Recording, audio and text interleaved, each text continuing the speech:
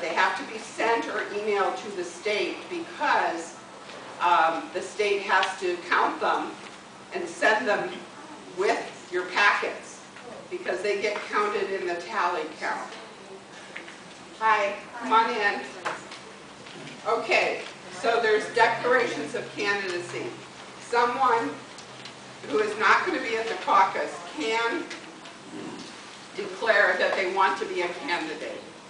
Again, that is a form that they're going to need to get from the Whatcom County Democrats to say, I'm not going to be there, this is what's good about me and why I should be a delegate, and they can turn that form in, and then they'll get to the right packet.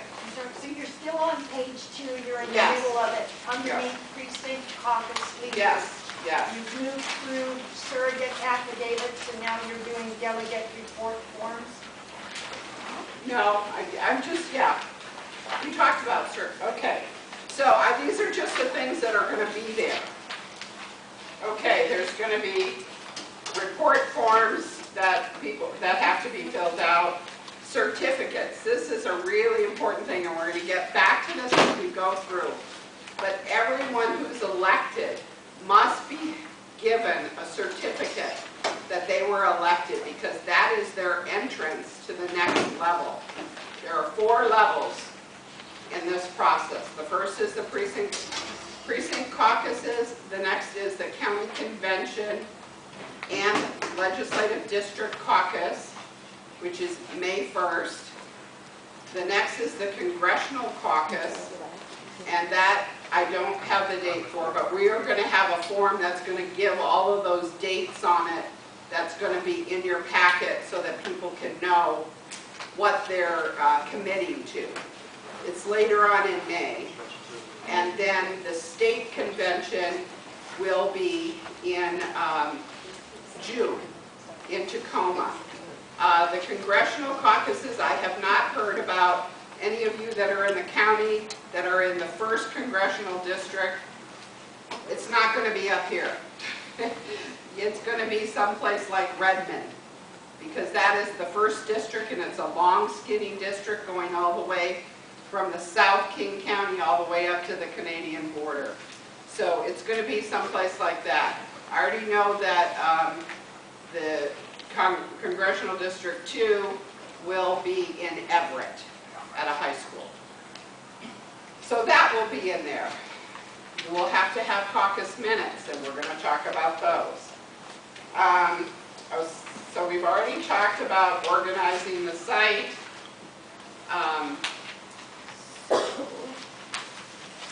Will the signs be provided, or are those something Yes. you make?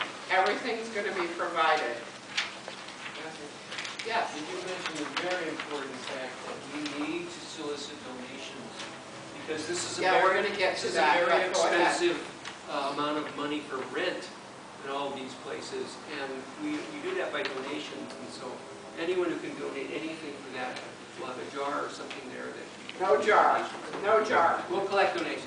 Yeah, and we're going to talk about that, but I can tell you that just the rentals cost $10,000.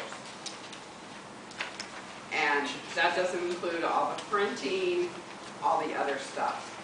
Now, I can also tell you that that the governor, OSPI superintendent, and the Secretary of State sent out a letter requesting that school districts all over the state waive the rental fees, because it's a voting procedure. It's part of the, they didn't used to charge us to have polls at the school. And just pay the staff time. I've got all the schools in the district except for Bellingham who are doing that. Bellingham has refused. Oh. So I'm in a big disagreement with them about that. So anyway, it's expensive, and we're going to talk about how to talk about donations. The secretary is a very important job because they review the surrogate application or affidavits for instructions on changing the candidate preference. We're on page 4, in stated contingencies, and modifies the sign-in sheet. And we're going to go over this, but just briefly, secretary, if somebody decides to change their mind and they want to change their preference, hence the folders and how important those folders are, has to go through that folder, find that sheet, get it to the person so that they can put in their second choice, and it has to be initial. So that's a really important thing, because then the surrogate affidavits have to be put into the tally. Captain, that wasn't clear. I'm sorry. The surrogate certificates, Yeah, affidavits, the affidavits, they come in if a person's not there. that's There right. are places in there, instructions in there for they can change the vote if certain. They can't change, they can't change. Those are their- locked in. Those are locked in. So the only votes that can change are people present. in the That's box. right. Thank you, that's what I didn't Yeah. understand. Catherine? And then, yes. Well, I understood that those had to be turned in like the 15th or the Yeah, that's what 18th. we talked about, yeah. So then the certification, you bring something with you that shows that it was sent in? No, you don't get anything that it was sent in, All as right. far as I know. I just wanted to make sure. Unless they're emailing people back. Okay. They're going to keep them all and then send them all back to us. Okay. Yes, they will be in your packets. And the other important thing is the secretary is going to take minutes. And these minutes don't have to say, this person said this person said that. What they are is a general synopsis of what happened. Who the delegates, who wanted to be a delegate, the list of those, how many delegates were awarded, and those sheets go back to the state. So we need to have that information, yes? Does that mean that they need to be in the mailbox on the 18th, or does that mean they need to be sent before the 18th? Before, they have to be received, so you need to go onto the state website. Okay, another important job is the tally clerk. They're the ones that are going to count up all the sheets with one sheet at a time, all the people for Hillary, all the people for Bernie. And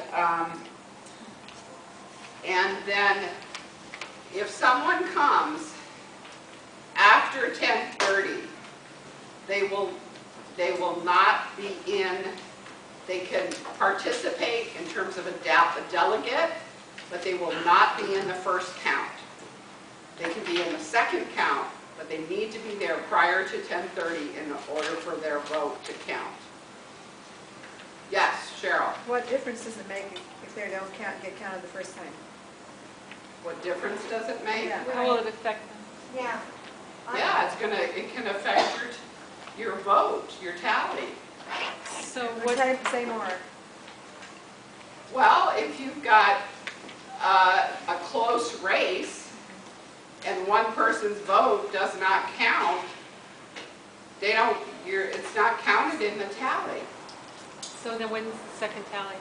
And if they come at after 10:30, their vote can count in the second tally. When is that though? When the first tally is done, it depends on how long that takes. So that, There is no time thing. So, that's not clear? Go ahead.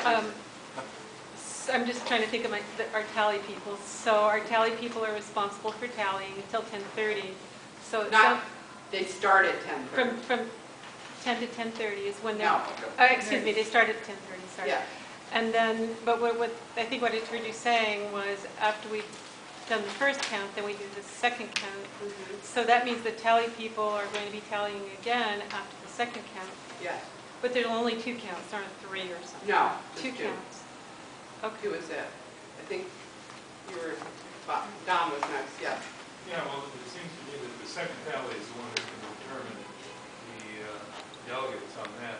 First tally goes through, and they have a chance to change the Right, votes. and then you elect And delegates, then you that's elect the correct. delegates after the second That's tally correct. on that.